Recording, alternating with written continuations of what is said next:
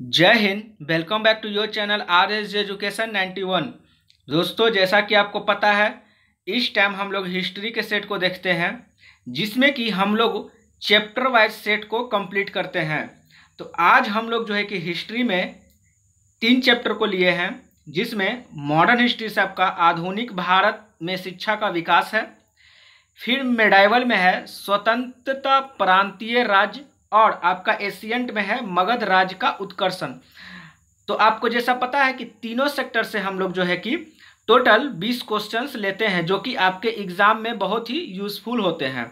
ये हमारा 28वां सेट है। इससे पहले हम लोगों ने टोटल 27 सेट को देख लिया है। इसका पूरा पीडीएफ आपको हमारे टेलीग्राम चैनल पे मिल जाएगा, जिसका नाम टारगेट विद आरएसजे एजुकेशन है। अगर आप ज्वाइन होना चाहते हैं हमारे क्विज में, जो कि टेलीग्राम पे चलता है, तो वहाँ आप एजुकेशन मॉल टेलीग्राम में सर्च करके इस क्विज में जो है कि ज्वाइन हो सकते हैं। इसमें अभी हम लोग इसमें भी हिस्ट्री के सेट को चला रहे हैं, जो कि चैप्टर वाइज होता है। तो आप लोग यहाँ पे भी आके इसका बेनिफिट ले सकते हैं। चलिए हम लोग अब सेट को स्टार्ट करते हैं। हमारा पहला क्वेश्चन है, एशियाटिक सोसाइटी ऑफ बंगाल के संस्थापक थे। तो एशियाटिक सोसाइटी ऑफ बंगाल के संस्थापक कौन थे, ये आपको बतलाना है। और आपका टाइमिंग खत्म होने वाला है, अब 10 सेकेंड का टाइम रहता है। चलिए यहाँ पे आंसर हमारा ऑप्शन निकल के आ गया, option number A, sir William Jones. Sir Williams Jones जो है एशियाटिक सोसाइटी ऑफ बंगाल के संस्थापक हैं। 1784 ईस्वी में वारेन हेस्टिंग के सहयोगी सर विलियम जोन्स ने एशियाटिक सोसाइटी ऑफ बंगाल की स्थापना की थी। कब? 1784 में। यह आपको डेट याद होना चाहिए। ये जो सोसाइटी की स्थापना की गई थी, वो भारत में जो जितने भी ऐतिहासिक पुस्तक थे उसको अंग्रेजी में अनुवाद करने के लिए, है ना। नेक्स्ट क्वेश्चन, नेक्स्ट है हमारा, निम्नलिखित में से किसे पेरिस की रॉयल एशियाटिक सोसाइटी की सदस्यता प्रदान की गई थी। आपका टाइमर स्टार्ट है और टाइमर अब खत्म होने भी वाला है। चलिए टाइमर यहाँ होता है खत्म। ऑप्शन नंबर जाएगा D, Michael Madhusudan Dutt. Michael Madhusudan Dutt जो है कि क्या पेरिस रॉयल एशियाटिक सोसाइटी के सदस्य हैं, है ना। और इनको 1822 ईस्वी में क्या मिला है, सॉरी, इनको जो है कि 1822 ईस्वी में इसकी स्थापना की है, पेरिस रॉयल एशियाटिक सोसाइटी की। किसने? माइकल मधुकरण दत्त ने। नेक्स्ट क्वेश्चन हमारा है तीसरा नंबर, वाराणसी में प्रथम संस्कृत महाविद्यालय की स्थापना किसने की थी। टाइमर आपका है स्टार्ट, आप लोग जल्दी से आंसर दे दीजिए। चलिए टाइमर होने वाला है खत्म, 10 सेकेंड का टाइम होता है। चलिए टाइम खत्म हो गया। यहाँ पे आंसर हमारा ऑप्शन नंबर सी जाएगा, जोनाथन डंकन। जोनाथन डंकन जो है कि वाराणसी में संस्कृत महाविद्यालय की स्थापना किए थे। कब किए थे आपको याद रखना है, 1791 में। 1791 में वाराणसी में ब्रिटिश रेजिमेंट जोनाथन डंकन के प्रयत्नों के फलस्वरूप बनारस में संस्कृत कॉलेज की स्थापना किया गया। नेक्स्ट क्वेश्चन 4 नंबर है, सैंडल आयोग संबंधित था। तो सैंडल आयोग जो है कि किस चीज से संबंधित था, ये आपको बतलाना है। टाइमर आपका स्टार्ट हो गया है और टाइमर अब खत्म होने वाला है, क्योंकि 10 सेकेंड का ही टाइम है। चलिए यहाँ पे ऑप्शन आपका निकल के आ गया, ऑप्शन नंबर ए, शिक्षा से। सैंडल आयोग की स्थापना जो है कि शिक्षा से संबंधित है ना। और इसको जो है कि 1917 ईस्वी में सरकार ने कोलकाता विश्वविद्यालय के संभावनाओं के अध्ययन तथा रिपोर्ट के लिए एक आयोग का गठन किया, जिस आयोग का नाम था सैंडल आयोग। ठीक है। नेक्स्ट क्वेश्चन, नेक्स्ट है हमारा 5, भारत में आधुनिक शिक्षा प्रणाली की नींव पड़ी थी। तो आधुनिक शिक्षा प्रणाली की नींव कब पड़ी थी, ये आपको बतलाना है। और टाइमर है आपका स्टार्ट। यहाँ आपका टाइमर अब खत्म होने वाला है। चलिए टाइमर हो गया खत्म, ऑप्शन निकल के आ गया है, ऑप्शन नंबर बी, 1835 के मैकाले स्मारक पत्र। 1835 के मैकाले स्मारक पत्र की नींव 1835 में मैकाले स्मारक पत्र से पड़ी थी, आधुनिक भारत में शिक्षा प्रणाली की नींव। नेक्स्ट क्वेश्चन हमारा है, बनारस हिंदू विश्वविद्यालय का शिलान्यास निम्न में से किसने किया था। तो यहाँ पे टाइमर आपका है स्टार्ट। चलिए टाइम खत्म हो गया है। ऑप्शन नंबर निकल के आएगा ए, मदन मोहन मालवीय। मदन मोहन मालवीय जी ने कहाँ, बनारस हिंदू विश्वविद्यालय की स्थापना की थी। और उस समय के अगर हम गवर्नर की बात की जाए तो उस समय के हमारे गवर्नर थे लॉर्ड हार्डिंग। ये गवर्नर नहीं थे, ये वायसराय थे, है ना। वायसराय, भारत के वायसराय के बारे में आपको ट्रिकली समझना है तो मैंने रविवार को जो है कि इसका वीडियो बनाया था और मैंने यूट्यूब पे डाला है, तो आप लोग वहां से जाकर देख लीजिए। कहाँ पे आपको जाकर देखना है, तो चैनल के प्लेलिस्ट में जाना है, वहां से आपको ट्रिक वाले सेक्शन में जाके आपको ये भारत का वायसराय मिल जाएगा, है ना। भारत का वायसराय आपको मिल जाएगा, तो आप लोग वहां से जाकर जो है कि इसको देख लीजिए, आपको बहुत ही लाभ मिलेगा। नेक्स्ट क्वेश्चन है हमारा 7, किसके सतत प्रयत्नों से मुंबई में प्रथम महिला विश्वविद्यालय की स्थापना हुई। टाइमर आपका खत्म होने वाला है दोस्तों, है ना।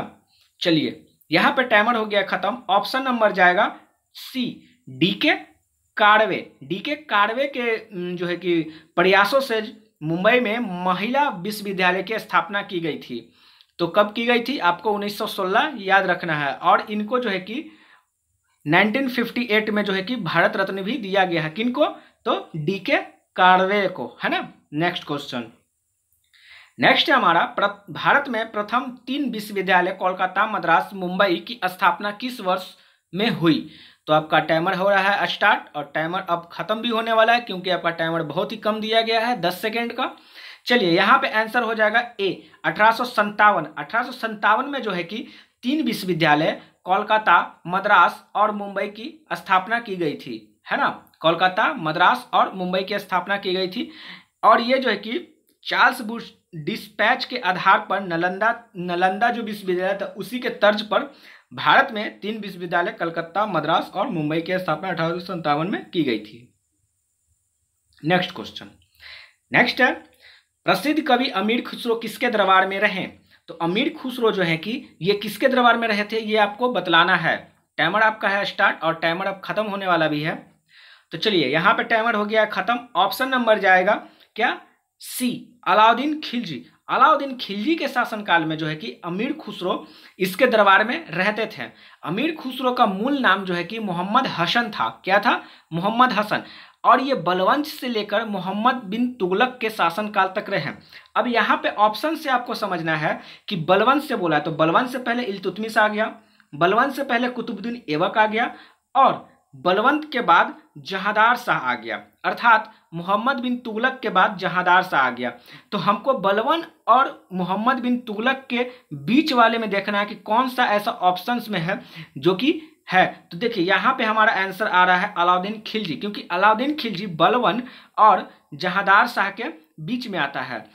ये जहांदार शाह कौन है ये आपको कमेंट बॉक्स में बताना है ना, कि ये जहांदार शाह कौन है और किसके सहयोग से ये राजगद्दी पे बैठा था। ठीक है, क्योंकि इसका क्लास मैंने पूरा लिया है हिस्ट्री वाले बैच में।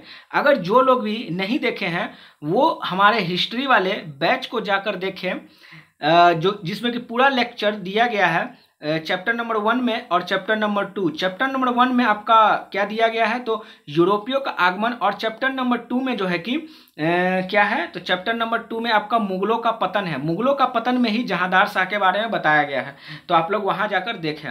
नेक्स्ट क्वेश्चन हमारा है, निम्न भाषाओं में से किस भाषा को दिल्ली सुल्तानों ने संरक्षण प्रदान किया था। तो आपका टाइमर स्टार्ट है और टाइमर यहाँ खत्म ही होने वाला है। चलिए ऑप्शन नंबर यहाँ जाएगा ए, फारसी। फारसी ये भाषा जो है ये दिल्ली सुल्तानों ने संरक्षण किया था, है ना। फारसी भाषा को भारत में फारसी साहित्य का विकास मुस्लिम विजेताओं के आगमन से प्रारंभ हुआ है। यहाँ इसी एक नवीन रूप दिया गया। दिल्ली सल्तनत की स्थापना के बाद फारसी को राजभाषा का स्थान प्रदान किया गया। नेक्स्ट क्वेश्चन हमारा 11 है, भारत में पोलो खेल का प्रचलन किया। तो पोलो खेल का प्रचलन किसने किया था, यूनानियों ने, अंग्रेजों ने, तुर्कों ने या फिर मुगलों ने। तो यहाँ पे हमारा आंसर क्या हो जाएगा, दीजिए आप लोग आंसर, उसके बाद आता है। चलिए आंसर यहाँ पे हो जाएगा ऑप्शन नंबर सी, तुर्कों ने। भारत में पोलो खेलों का जो है कि आयोजन जो है कि तुर्कों ने किया था, है ना। यहाँ पे तुर्क में जो है कि कुतुबुद्दीन ऐबक जो है कि ऐसे शासक हुए जो कि पोलो खेलते खेलते गिर गए थे। कब? 1210 में, और इसी समय इनकी मृत्यु हो गई थी, है ना। पोलो घोड़ा पे बैठ के खेला जाता है और इसे तुर्कों ने स्टार्ट किया था। नेक्स्ट क्वेश्चन, नेक्स्ट है हमारा, निम्नलिखित में से किस प्रथा की शुरुआत राजपूतों के समय हुई? तो राजपूतों के समय कौन सी प्रथा हुई? सती प्रथा, बाल विवाह, जौहर प्रथा, या फिर इनमें से कोई नहीं? तो यहाँ पे हमारा आंसर क्या हो जाएगा? चलिए यहाँ पे आंसर की बात की जाए तो ऑप्शन नंबर सी जाएगा, जौहर प्रथा। जौहर प्रथा की प्रारंभ जो है कि कब हुई थी? तो जब आपने एक मूवी देखा होगा, हमारे हिस्ट्री में भी है, पद्मावत, है ना। तो जब अलाउद्दीन खिलजी जो है कि मेवाड़ पर आक्रमण करता है, जिस समय वहाँ के राजा रतन सिंह होते हैं, तो उनकी मौत के बाद जब वो आक्रमण करता है तो वहाँ पे जो पद्मावत उनकी वाइफ होती है, उन्होंने जौहर कर लेता है, अर्थात आग में कूद जाती हैं, तो उससे ही हम लोग जौहर प्रथा बोलते हैं। तो उसी समय से जो है कि जौहर प्रथा का आरंभ हो गया। और ये कब हुआ था? तो राजपूतों के समय हुआ था, क्योंकि इससे राजपूतों ने ही स्टार्ट किया था। नेक्स्ट क्वेश्चन हमारा 13 है, 13वीं और 14वीं शताब्दी में भारतीय कृषक खेती नहीं करता था। तो 13वीं और 14वीं शताब्दी में जो कृषक लोग थे वो खेती नहीं करते। तो किस चीज की? मक्का की, चना की, जौ की, या फिर गेहूं की? तो ऑप्शन हमारा जाएगा मक्का। मक्का की खेती जो है कि 13वीं और 14वीं शताब्दी में नहीं किया जाता था, जबकि गेहूं, जौ, चावल, कपास, चना इत्यादि की खेती जो है कि की जाती थी, परंतु मक्के की खेती नहीं की जाती थी। तो यहाँ आंसर में हमारा ऑप्शन नंबर ए मक्का जाएगा। नेक्स्ट 14 है, घोड़े के नाल के आकार की मेहराव सर्वप्रथम प्रयोग में लाई गई थी। चलिए आंसर हमारा क्या जाएगा, आप लोग दीजिए, और आपका टाइमर अब होने वाला है खत्म। चलिए आंसर की बात की जाए तो ऑप्शन नंबर जाएगा ए, अलाई दरवाजा। घोड़े के नाल के आकार के मेहराव सर्वप्रथम अलाई दरवाजा में लगाए गए थे, जिसका निर्माण अलाउद्दीन खिलजी ने किया था और कुतुब मीनार के निकट किया था, है ना। ये घोड़े की नाल आप लोग देखते होंगे कि अक्सर जो है कि पुराने घर, जो अब तो नहीं लेकिन जितने भी पुराने घर होते होंगे, तो वहाँ घोड़े के नाल मेन दरवाजा पे जो है कि घोड़े के नाल को लगाया जाता था, है ना। कुछ ऐसी प्रथा रही होगी, है ना, तो इसीलिए ये चीज लगाया जाता था। और ये अलाउद्दीन खिलजी, यहाँ पे क्वेश्चन के अनुसार हमारा अलाउद्दीन खिलजी हो जाएगा, ठीक है, सॉरी अलाई दरवाजा हो जाएगा, जिसे कि अलाउद्दीन खिलजी ने बनवाया था। नेक्स्ट क्वेश्चन 15 है, निम्न में से किस सुल्तान ने कुतुब मीनार की 5वीं मंजिल का निर्माण करवाया? तो यहाँ पे आंसर हमारा क्या हो जाएगा? टाइमर आपका स्टार्ट है। चलिए आंसर की बात की जाए, अच्छा टाइमर अभी स्टार्ट है, चलिए टाइमर खत्म हो गया। ऑप्शन नंबर बी जाएगा, फिरोज शाह तुगलक। फिरोज शाह तुगलक ने जो है कि 4वीं और 5वीं मंजिल दोनों का निर्माण करवाया था। आप लोग केवल जानते होंगे कुतुब मीनार का निर्माण किसने करवाया था, तो आप लोग को याद होगा कुतुबुद्दीन ऐबक केवल, है ना। लेकिन कुतुबुद्दीन ऐबक ने उसका निर्माण करवाया था, लेकिन उस कार्य को पूरा किया था इल्तुतमिश ने, है ना। लेकिन फिरोज शाह तुगलक जो है कि 4वीं और 5वीं मंजिल का भी निर्माण कराया, ठीक है। कुतुब मीनार का 4वीं और 5वीं मंजिल का निर्माण की बात की जाए तो हमारा फिरोज शाह तुगलक जाएगा आंसर। नेक्स्ट क्वेश्चन हमारा है 16, चाणक्य अपने बचपन में किस नाम से जाने जाते थे? बहुत ही आसान क्वेश्चंस और बहुत ही रोचक, अक्सर एग्जाम में 1 नंबर में ये क्वेश्चन आ जाते हैं और लड़के लोग बना भी पाते हैं, क्योंकि ये बहुत ही आसान क्वेश्चंस है। चलिए ऑप्शन यहाँ पे जाएगा option number D, Vishnugupta. Chanakya को विष्णुगुप्त और कौटिल्य के भी नाम से जाना जाता है, जो कि चंद्रगुप्त मौर्य के प्रधानमंत्री हुए। चंद्रगुप्त मौर्य को ही चाणक्य ने सहायता किया था, तभी वो धनानंद को हराकर मौर्य वंश की स्थापना कर पाए। नेक्स्ट क्वेश्चन 17 है हमारा, निम्न में से किस मौर्य राजा ने दक्कन की विजय प्राप्त की थी? तो हमारा टाइमर स्टार्ट है और कुछ ही क्षण में टाइमर खत्म होने वाला है। चलिए यहाँ पे टाइमर हो रहा है खत्म।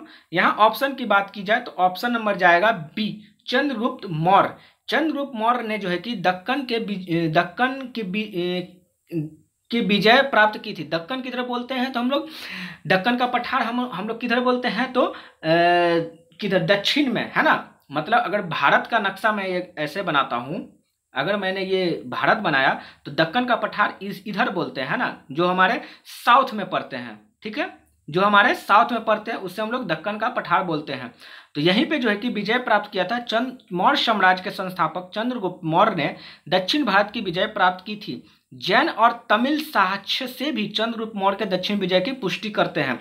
तो जैन और तमिल साक्ष्य भी जो है कि दक्षिण के विजय की पुष्टि करते हैं कि दक्षिण की विजय जो है कि चंद्रगुप्त मौर्य ने विजय किया था। नेक्स्ट क्वेश्चन है हमारा, निम्न में से कौन सा आधिकारिक मौर्य प्रशासन का भाग नहीं था?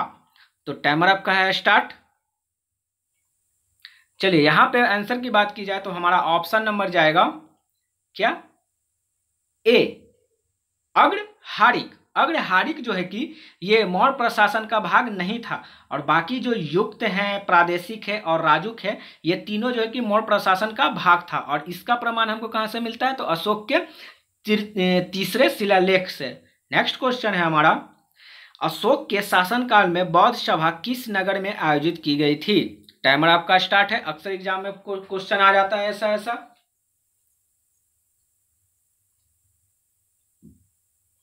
चलिए टाइमर खत्म हो गया है। ऑप्शन नंबर जाएगा बी, पाटलिपुत्रा। अशोक के शासनकाल में बौद्ध सभा जो है कि पाटलिपुत्रा में हुआ था, और यह बौद्ध सभा तृतीय था जो कि 255 ईसा पूर्व में हुआ था, अर्थात ईसा मसीह के जन्म से पहले, ईसा पूर्व हम लोग बोलते हैं, और ये पाटलिपुत्रा में। और इस समय की अध्यक्षता की बात की जाए तो इस समय अध्यक्षता मोगलीपुतिस ने किया था, जबकि शासक जो है कि अशोक था। क्लियर है ना? नेक्स्ट क्वेश्चन और हमारे सेशन का लास्ट क्वेश्चन। अच्छा लग रहा है दोस्तों तो लाइक करते चले, सब्सक्राइब करते चले और शेयर करते चले। चलिए यहाँ पे है क्वेश्चन, निम्न में से कौन सा क्षेत्र अशोक के साम्राज्य में सम्मिलित नहीं था? तो ऐसा कौन सा क्षेत्र है? यहाँ आंसर हो जाएगा option number D, Sri Lanka. Sri Lanka जो है कि अशोक के साम्राज्य में सम्मिलित नहीं था, है ना। जबकि अफगानिस्तान, बिहार और कलिंग की बात की जाए तो अशोक के शासनकाल में शामिल था।